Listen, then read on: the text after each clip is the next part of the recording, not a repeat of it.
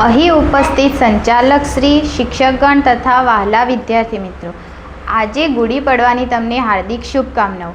ગુડી પડવો એટલે શું? હિન્દુઓના નવ વર્ષ ચૈત્ર સુદ એકમના દિવસને ગુડી પડવો કહે છે. એક માન્યતા અનુસાર બ્રહ્માજીએ ચૈત્ર સુદ એકમના દિવસે પૃથ્વી પર આ સંસારનું નિર્માણ કર્યું હોવાનું માનવામાં આવે છે.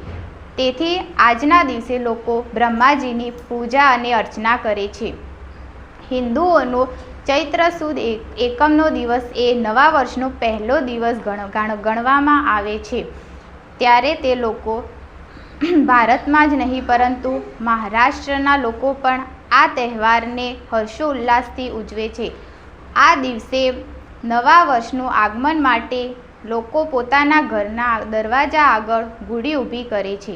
ગુડી એટલે ધજા. આ ધજા બનાવવા માટે એક લાંબા વાંસના છેડે રેશમની સાડી બાંધવામાં આવે છે. તેના પર શેરડી, આંબાના પાન અને લીમડાની ડાળીઓ અને ફૂલોનો હાર બાંધવામાં આવે છે અને તેના પર કળશ ઊંધો લટકાવવામાં આવે છે. આ ગુડી આકાશ તરફ ઊભી કરવામાં આવે છે, જે વિજયનું પ્રતીક ગણવામાં આવે છે. એક કથા અનુસાર મહારાષ્ટ્રના મરાઠા સામ્રાજ્યના છત્રપતિ શિવાજી મહારાજે આ દિવસે યુદ્ધમાં વિજય પ્રાપ્ત કર્યો હતો. તેથી તેમણે આ દિવસે ખૂબ જ હર્ષોલ્લાસથી ઉજવણી કરી હતી. તેથી મરાઠા લોકોના ઘરમાં આ ગુડી પડવાના દિવસે પૂરણપોળી, ઘી, સાકર સાથે પૂરી, શ્રીખંડ બનાવવામાં આવે છે.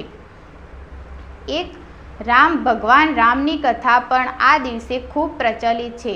જ્યારે ભગવાન રામ 14 વર્ષના વનવાસ પછી અયોધ્યા પાછા આવ્યા અને તેમનો રાજ્યાભિષેક થયો, ત્યારે આ દિવસની ઉજવણી કરવામાં આવે છે એવું કથાઓમાં માનવામાં આવે છે.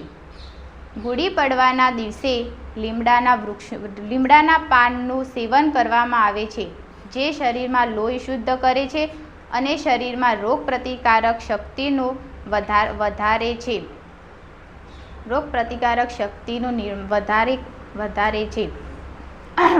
ગુડી પડવાનો તહેવાર એક પ્રતીક છે જે ભૂતકાળને ભૂલીને નવા વર્ષનું આગમન હર્ષો ઉલ્લાસથી કરવામાં આવે છે.